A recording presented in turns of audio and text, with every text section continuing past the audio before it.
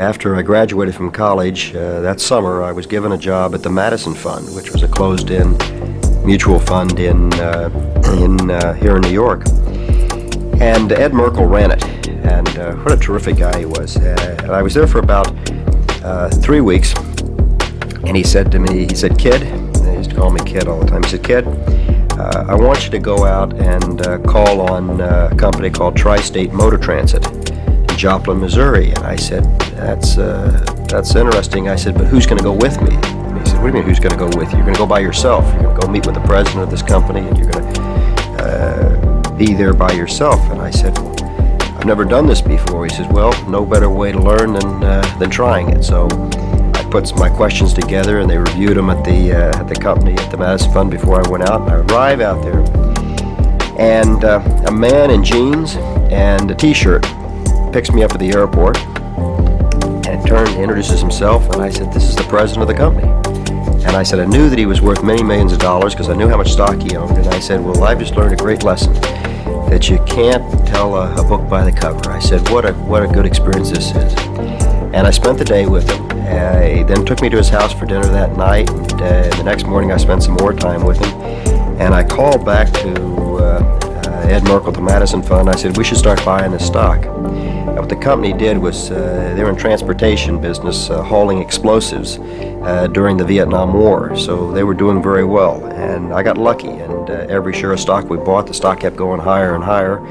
And Merkel thought I was pretty smart there. Then he sent me out to call on a few other companies, and I remember calling on Roy Disney, and that was just a great experience for me, never having met somebody like that. And I read everything that I could before I got out there, had all my questions laid out, and I'd really thought through what I wanted to ask, and as a result, it went very well.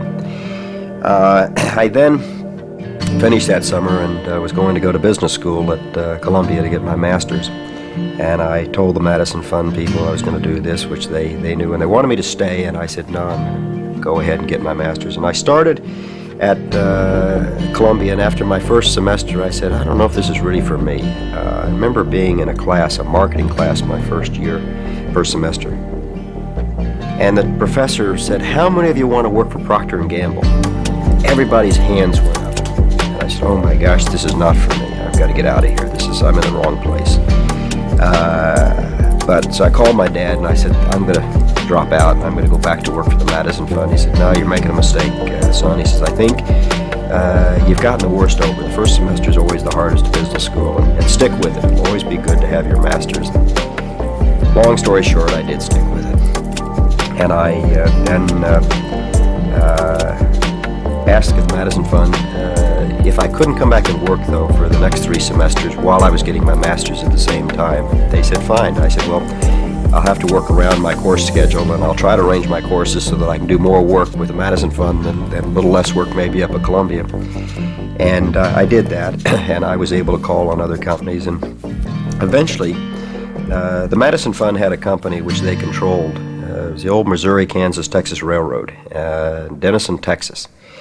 And we set up a holding company to utilize the tax loss that was being generated by this railroad, as that they were abandoning track that went into the cornfields and so forth. And Merkel came to me one day and he said, "Henry," he said, "I'd like you to buy companies for Katy Industries." And I said, "Well, that's fascinating," but I said, "I don't know how to buy a company. I've never bought a company in my life." And he said, "Look, kid," he said, "you know how to pick stocks." He said, "You buy a company the same way you buy stocks. If you don't like it, just sell it. And that's that." And I said, "Well, it doesn't sound right to me, but this man's been pretty good in the stock market. He must know. He's a lot older than I am." And so I said, "Fine, let's see if I can find some companies." And I thought about areas where I could buy small companies and really build a group. And it was the oil service business I picked because there were a lot of family companies down in Louisiana in particular. So I spent a lot of time in New Orleans and found a number of companies in the surrounding areas like Houma, Louisiana, and Berwick, Louisiana, and Lake Charles. And I go down, and it was always, I'd sit in these people's homes in their kitchen sometime eating crayfish with them and shrimp, and they'd say, "Well, where's the guy with gray hair?" I assume somebody with gray hair is going to come down. If my company's going to be sold, I'm not going to sell it to some kid here. I'm going to sell it to some guy with gray hair. And I said, Well, unfortunately, it's me. It's the only one you get to deal with. And so I bought a few companies, and they worked out all right. And eventually I left the Madison Fund and Katie Industries, and then ended up at Bear Stearns in their corporate finance department, where my cousin George Roberts was working, and also Jerry Kohlberg was working. Jerry had bought a company. It was the first buyout that the firm had done in 1965. And I started studying it, liked what I saw, and George and I kept talking about it. And then late 60s, we started buying a few companies, in early 70s, and they were all very small companies. George, at that point, was in San Francisco and with Bear Stearns, and I was in New York with Jerry. And we bought, probably 7 or 8 or 9 different companies in the early 70s, and culminating in the largest acquisition that Bear Stearns did, which was in 1975, was a company called Incom International, and it was the industrial components group of companies from Rockwell, and we paid $92 million to buy this company. And Bear Stearns, I remember, got the biggest fee they'd ever gotten, which was in 1975, was $950,000. And we decided shortly after that, that's George and Jerry and I, to leave the firm. We wanted to do something on our own, and really wanted to concentrate just on management buyouts or leverage buyouts, which are one and the same. And we said, okay, let's go off, and on May 1st, 1976, we formed this firm. And the rest is history. We got lucky. I think we've had some principles that we've stuck to. Very disciplined investors and very disciplined people here. And that's what's given us the ability to say no. It's one of the most important things at the end of the day, is being able to say no to an investment. Even if you've done a lot of work, work will never hurt you.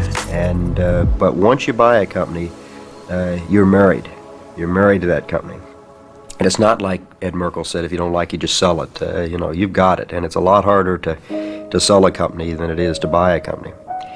And since we formed the firm in 1976, we've bought some 38 different companies, and we spent about $65 billion buying these different companies. And people always will call and congratulate us when we buy a company or when it's announced. And I said, look, don't congratulate us when we buy a company. Congratulate us when we sell it. I said, any fool can overpay and buy a company as long as money will last to buy it. I said, our job really begins the day we buy the company.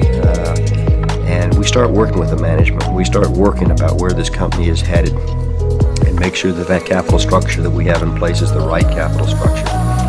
And I think that's the reason that we've been successful. It's not just buying the company. Sure, we picked right companies. We picked the right management. We've given them the right incentive to perform. But most importantly, we've had the management have the right incentives. Management has been an owner. Management has had their own equity on the line. They have something at risk. I always like to refer to many managers in corporate America as the renters of the corporate assets, not the owners. And I said, where have the Carnegies and the Mellons and the Rockefellers gone? A lot of them are gone. And our concept is to bring that back, to bring back that ownership, so that if you have something at risk, you think differently. Rent an Avis rent-a-car.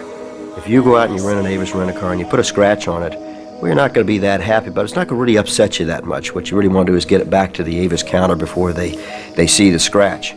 Whereas if you own your own car, you put a scratch in that car, you're going to be out there polishing it and making sure that scratch is gone. You're going to take extra special care. It's exactly the same concept if you own a company. If you have your own money at risk, what happens eventually, you start to say, well, do we really need all those people that we have in a company? Do we need as many airplanes? RJR, for example, we had 81 people in the flight department when we bought the company, and they had 11 corporate jets. Today we have about 24 people in the flight department. We have four planes today. We've got 1 airport versus 4 airports that the company had. And you just think differently. So I'm giving you a very long answer to what appears to be a simple question, but everything was done in steps, and everything becomes a building block. And as my mother has said to me on many, many occasions, you've got to build the foundation first. If you build that foundation, both the moral and the ethical foundation, as well as the business foundation and the experience foundation, then the building won't crumble. But if you don't build that foundation, it's not a solid foundation, the building will crumble.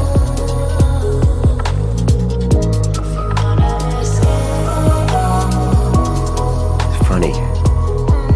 I never thought there was such a big deal when we made the offer. I guess it wasn't until I woke up after we bought it, and that was really a big deal. That wasn't the issue. That isn't how we looked at things. We didn't say, gee, we want to buy the biggest company in the world, so we've got to own this company. Look, if the company didn't make sense, or the price didn't make sense, or we couldn't do the financing on the proper terms, we wouldn't have done it. It would have been as simple as that. But in 1984, we were called in to make a bid on Gulf Oil when Boone Pickens had gone after, and the management asked us to get involved with the company. And our offer then was a little over $13 billion. And we never really thought a lot about it. I mean, we bought companies for $8 billion, which is the Beatrice acquisition. We bought Safeway for $4.5 or $5 billion, and Owens, Illinois for about the same number.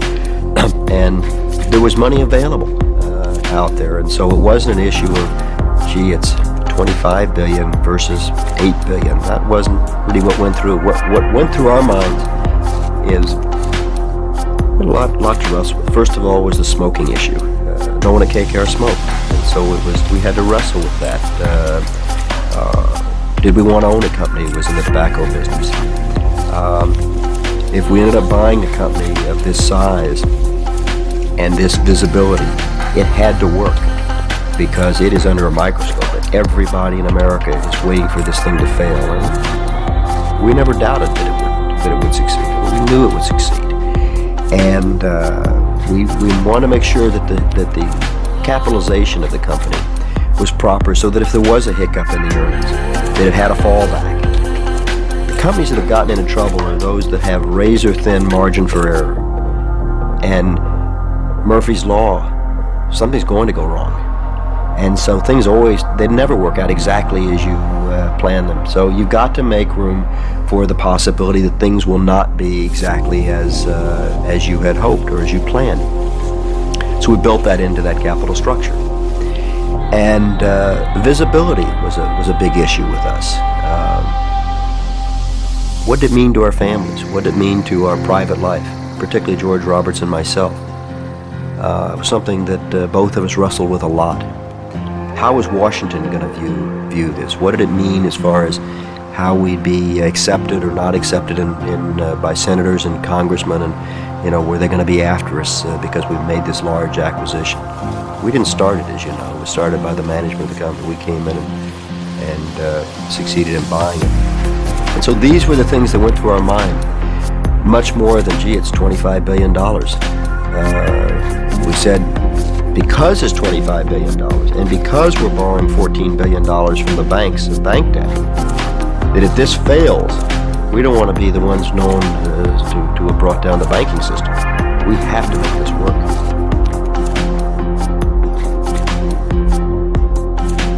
Well, there really were two points in time that were very important. One was the day that after a very long day and all night we'd been up, we thought we had an agreed upon deal.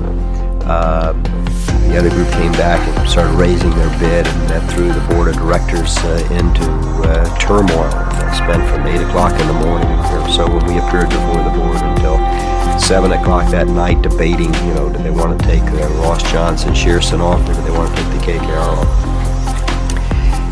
And I felt enormous relief when they came out and said, all right, you've won. They'd come out earlier, about 2 hours earlier, and they said, we would like you, and we'll pay you an enormous fee. I think it was something like $250 million to give us 2 more weeks to decide who to pick. And And we didn't blink an eye. We said, absolutely not. You've got until the day, and that is it. We want to own this company. We're not in it for the fee business. We are in it because we want to own this company.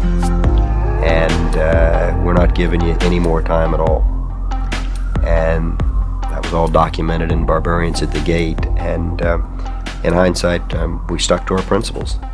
We're not in the fee business of doing deals just for fees. We're in the business of buying companies and owning the equity and putting our own money up and making a company better.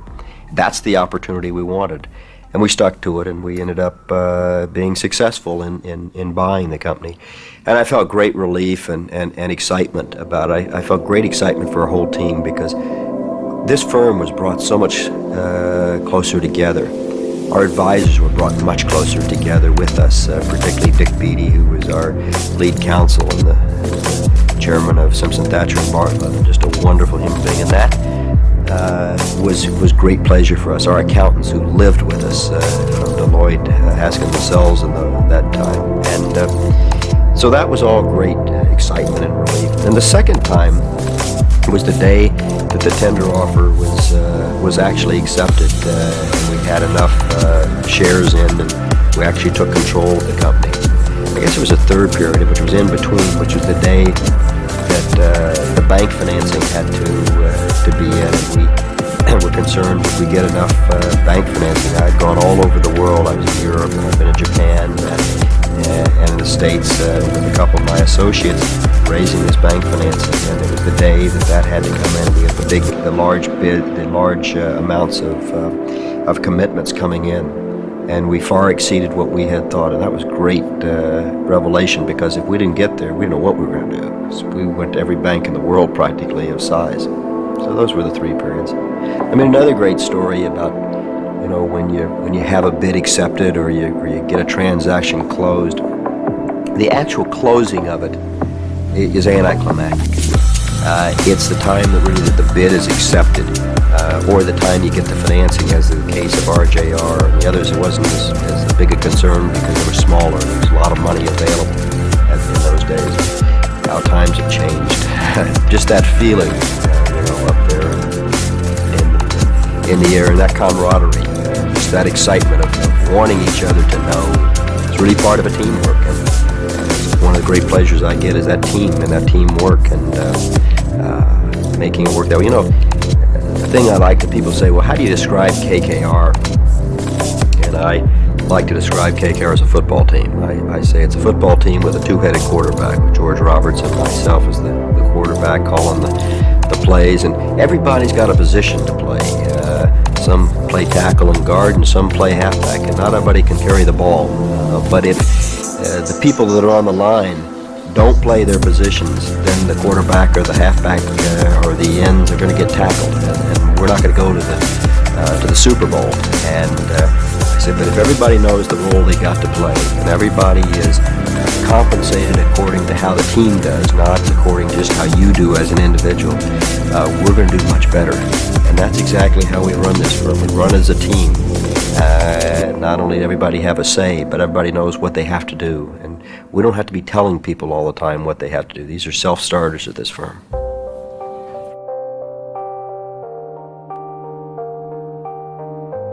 My dad was reading an article in Time magazine about the Oxford, Cambridge of the West Coast, because it's a group of small colleges. Pomona and Scripps and Harvey Mudd were there at the time in the graduate school in Claremont. And I wanted to go to the West Coast because I'd been in the East boarding school for 5 years. I'm from Oklahoma originally, and I said, I want to see how the other half of the United States lives. And I love to play golf too, and so I wanted to play competitive golf out there. So I went out, and I liked it. Except my first year was like a prep school with ashtrays. So I decided that maybe I would transfer, and then the more I thought about it, the more I said, no, this is the right school. And then I really went there for because it was very strong in economics and in political science, and those were the two areas that I wanted to focus my future on. I was an economics major in college, and every summer when I was on After school, I would drive my car from California, from Claremont Men's College at the time, to New York, and I worked on Wall Street. Started out as a runner, which was a messenger. I went to the other runners' homes in Brooklyn and Queens, and just to see how they lived, how they thought. They were totally different than I was. And then my next summer, I worked in the research department of Goldman Sachs. And my last summer, I was in the institutional sales and in corporate finance.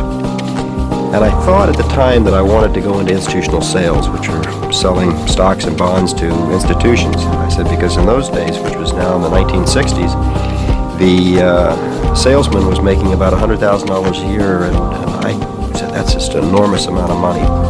But the one thing that always stuck in the back of my mind was, I said, what happens if, for some reason, this institutional sales doesn't really work? I mean, it's not all that it's supposed to be. I said, I'm really trained to do nothing. I am trained to be maybe a shoe salesman. And I said, the second thing that bothered me, I said, you know, when I'm old, that meant 45 years of age, I said, I want to have an office. I don't want to be at some desk yelling and screaming and people hearing what I'm saying on the phone all the time. And I said, that bothers me. These people don't have an office. And so I then started looking on the corporate finance side and became fascinated by that. But I said, before I make up my mind what I want to do, I want to find out how an institution that buys stocks and buys bonds, a fund, how do they make the decisions? How do they make a decision to buy, whether it's General Motors or IBM or whatever company it is? I want to find out how the other side works, because I don't understand how it is that one time a institutional salesman has a special on IBM, and the next day he's got a special block of stock on some other company, and then another day another company. How can he know so much about these different companies other than reading one page is given to him by the research department? I'm going to find out how the decisions are really made from the other side, and then I'll make a decision what I'm going to do.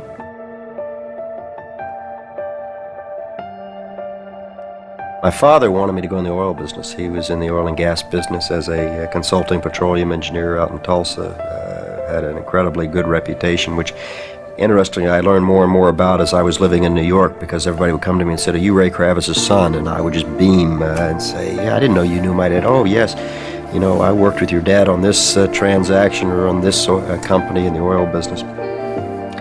And I thought about it, but I said, look, as proud as I am of my father, I don't want to be known as Ray Kravis's son. I want to do something myself, and I hope my children will do something on their own. My dad helped me. He was there as a very loving and supportive father, but I said, I've got to do it myself.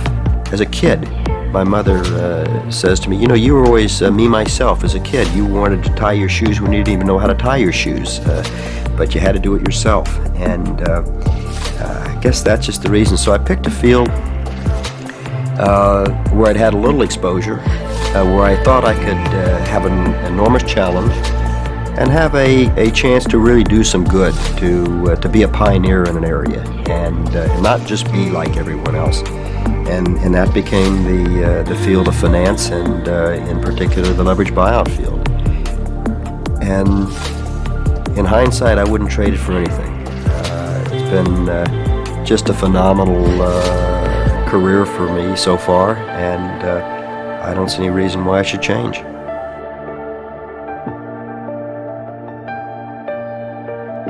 We wanted to pick a niche, first of all, which we started in the late 60s. And it was a way for a family company. When we bought companies at the beginning, companies were bought on the basis of, there were family companies that said, look, I've got an estate problem.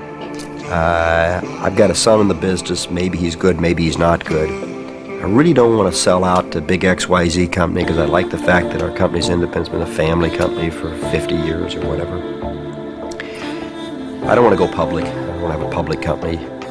And so we created this concept of letting the management and basically have their cake and eat it too, letting this owner sell out and at the same time continue on in a management role with an ongoing equity stake. So the family may have owned 100% of the company initially, and we may buy the company and let he and his family own 20% of it and continue to run it. So he's solved his estate problem. We've solved the succession problem in part because we're there now, and he doesn't have to make that tough decision. A lot of fathers can't make that decision. They know their son's not really up to the task, or daughter, but they don't want to be the one to make that decision. They want somebody in between to make that decision, and they can say, look, I'm really sorry, it wasn't my decision. I sold the company. It really was up to KKR or whoever else bought the company. And so the LBO, or in those days called the management buyout, because management was such an integral part of it, was the concept really developed to take care of estate problems. And then it grew from that point in the 60s, early 60s, mid 60s, late 60s, to buying divisions and subsidiaries of public companies. And where a public company decided they didn't want this business anymore, but they didn't want to sell it to a big company, and it was a way for the management to become an owner and run their own show. And then from that it led to the first public company buyouts, which were companies that we acquired in 1977. That was our first acquisition of a publicly owned company, AJ Industries, on the New York Stock Exchange. $26 million in purchase price. And that's really how it developed, how it grew up.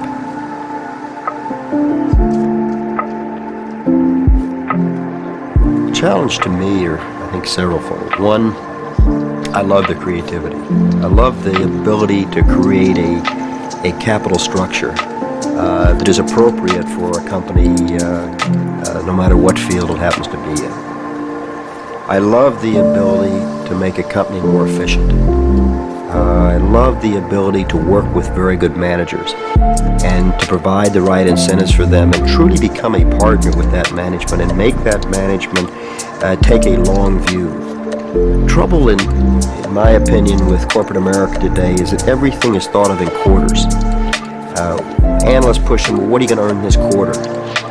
And we say to the management of companies, you're here today, where do you want to be 5 years from now, and how are you going to get there? And it may very well mean taking a step backwards.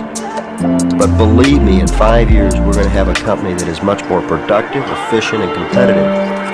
And that's a challenge. One of the problems with corporate America is we're, in many respects, losing our corporate competitiveness in this global environment. And if we can just take a few companies and use those as models, as examples, to show the rest of corporate America how they can become more competitive.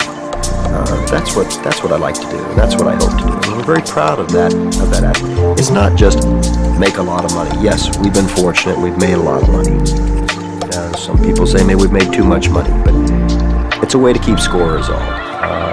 What's more important is not coming into work and counting the money. What's more important is coming in and saying, I got a challenge today, and I want to overcome that challenge, and I want to conquer whatever we've set out. And we all set goals for ourselves.